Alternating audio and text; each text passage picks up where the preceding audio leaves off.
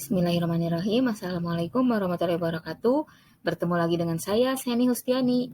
Masih di pembahasan materi pembelajaran Bahasa Indonesia SMA kelas 10.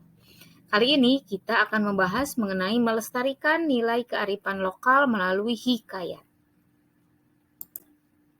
Apa itu hikayat? Hikayat adalah karya sastra prosa berbahasa Melayu yang berisikan tentang kisah, cerita, undang-undang, atau sejarah yang bersifat rekaan, kepahlawanan, keagamaan, dan dongeng. Ciri-ciri hikayat ada beberapa. Yang pertama itu anonim. Anonim artinya pengarang umumnya tidak dikenal. Jadi hikayat ini tidak memiliki pengarang. Kemudian yang kedua ciri-cirinya yaitu komunal. Artinya, karya hikayat menjadi milik masyarakat. Kemudian ciri yang ketiga yaitu istana sentris, yaitu menceritakan tokoh yang berkaitan dengan kehidupan istana atau kerajaan. Jadi kalau cerita hikayat itu ceritanya hanya yang berkaitan dengan tokoh yang ada di kehidupan atau istana ataupun kerajaan. Selanjutnya, ciri yang selanjutnya yaitu magis, yaitu pengarang akan membawa pembaca ke dunia hayal yang serba indah. Selanjutnya ada statis, yaitu ceritanya tetap atau tidak banyak terjadi perubahan. Kemudian tradisional. Tradisional artinya meneruskan budaya atau tradisi atau kebiasaan yang dianggap baik.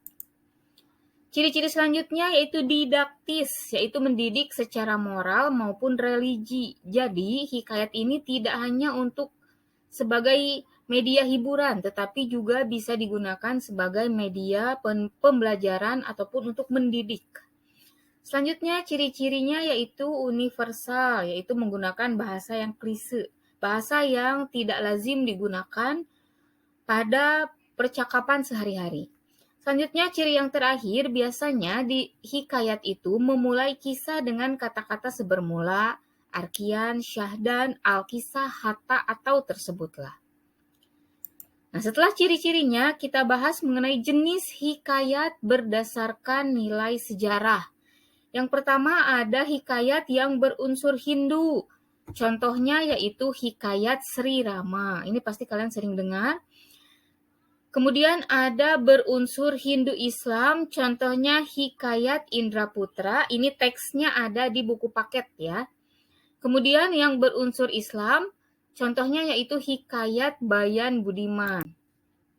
Nah, selanjutnya ada jenis hikayat berdasarkan isi. Yang pertama ada rekaan, contohnya hikayat si miskin. Kemudian ada sejarah yang berdasarkan sejarah, contohnya hikayat Hang Tuah. Kemudian ada yang berdasarkan biografi atau riwayat hidup seseorang, contohnya hikayat Sultan Ibrahim Ibnu Adam. Nah, selanjutnya kita bahas mengenai nilai-nilai yang terkandung di dalam sebuah hikayat. Kenapa harus mempelajari nilai dalam hikayat? Karena inilah tujuan utama dari pembelajaran teks hikayat agar kita sebagai pembaca bisa mengambil nilai-nilai positif yang terdapat di dalam sebuah teks hikayat. Nilai pertama yang ada di dalam sebuah hikayat yaitu nilai moral. Nilai moral adalah nilai yang berhubungan dengan baik buruknya sikap atau perbuatan tokoh dalam hikayat. Kemudian ada nilai sosial, yaitu nilai yang berhubungan dengan kehidupan di dalam masyarakat. Selanjutnya ada nilai agama, yaitu nilai yang berhubungan dengan masalah keagamaan atau hubungan manusia dengan Tuhan. Selanjutnya ada nilai pendidikan, yaitu nilai yang berhubungan dengan sikap dan perilaku seseorang melalui pengajaran maupun latihan. Nah, yang terakhir yaitu ada nilai budaya, yaitu nilai yang berhubungan dengan adat istiadat dan kebudayaan suatu daerah yang mendasari suatu cerita. Nah, baik itu saja untuk pembahasan teks hikayat kali ini. Bertemu lagi dengan saya di pertemuan selanjutnya. Terima kasih. Assalamualaikum warahmatullahi wabarakatuh.